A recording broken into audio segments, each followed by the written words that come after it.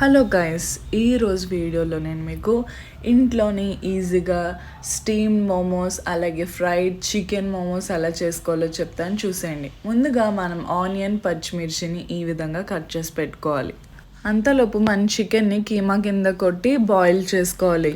మోమోస్లో main ingredient మైదా లేకపోతే అసలు అవ్వదు అనమాట. సో ఇప్పుడు మనం కట్ చేసుకున్న ఆనియన్స్లో ఇప్పుడు మనం బాయిల్ చేసుకున్న చికెన్ని యాడ్ చేసేసుకోవాలి. అంతలోపు మనం మైదాలో కొంచెం సాల్ట్ వేసుకుని మైదా పిండిని ఈ విధంగా చపాతీ పిండిలాగా బాగా కలుపుకోవాలి. ఇప్పుడు మనం తీసుకున్న మిశ్రమంలో కొంచెం అజినమోటో వేసుకుని అంతా కలిసేలాగా బాగా మిక్స్ చేసుకోవాలి. ఎందుకంటే ఈ స్టఫ్ మనం మోమోస్ లోపల పెడతాం కాబట్టి ఈ స్టఫ్ ఎంత టేస్టీ ఉంటే మన మోమోస్ అంత టేస్టీగా ఉంటాయి. ఇప్పుడు మీరు చూస్తున్నారు కదా, ఇది వచ్చేసి మైదాని ఒక చపాతీలాగా రోల్ చేసుకోవాలి. మనకి తీసుకున్న సైజుని బట్టి ఈ విధంగా థిన్ లేయర్గా మనం చపాతీని అయితే రోల్ చేసుకోవాల్సి ఉంటుంది. ఇప్పుడు మనం వాటర్ సహాయంతో ఎడ్జెస్ని తడుకుని ఈ విధంగా మోమోస్ని క్లోజ్ చేసేయండి. గుర్తుంచుకోండి, మనం స్టీమ్ చేస్తున్నాం కాబట్టి ఈ మోమో ఎంత లేయర్ థిన్గా ఉంటే అంత మంచిది.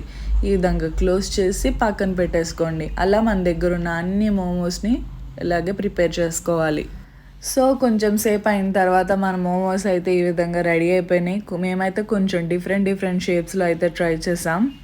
ఇప్పుడు మీ దగ్గర స్టీమర్ ఉంటే ఓకే, లేకపోతే మన దగ్గర ఇడ్లీ పాత్ర ఉంటుంది కదా, సో ఆ ఇడ్లీ రేకులకి ఆయిల్ రాసేసుకుని ఈ విధంగా మోమోస్ పైన పెట్టేసుకుని ఇడ్లీ ఎలా కుక్ చేస్తామో అలా కుక్ చేసేయడమే అనమాట. కొంచెం వాటర్ అయితే కింద పాటలో వేసుకోవాల్సి ఉంటుంది.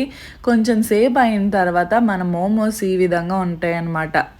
మీరు ఇప్పుడు చూస్తుంది స్టీమ్డ్ మోమోస్ తర్వాత ఫ్రైడ్ మోమోస్ అన్నాను కదా. ఇప్పుడు కొంచెం ఆయిల్ వేడెక్కిందాకుండి మన స్టీమ్ చేసుకున్న మోమోస్ని దీంట్లో ఫ్రై చేసేయడమే.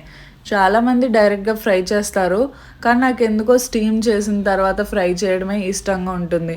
సో అదండి, మన fried and steam chicken momos ready అయిపోయాయి.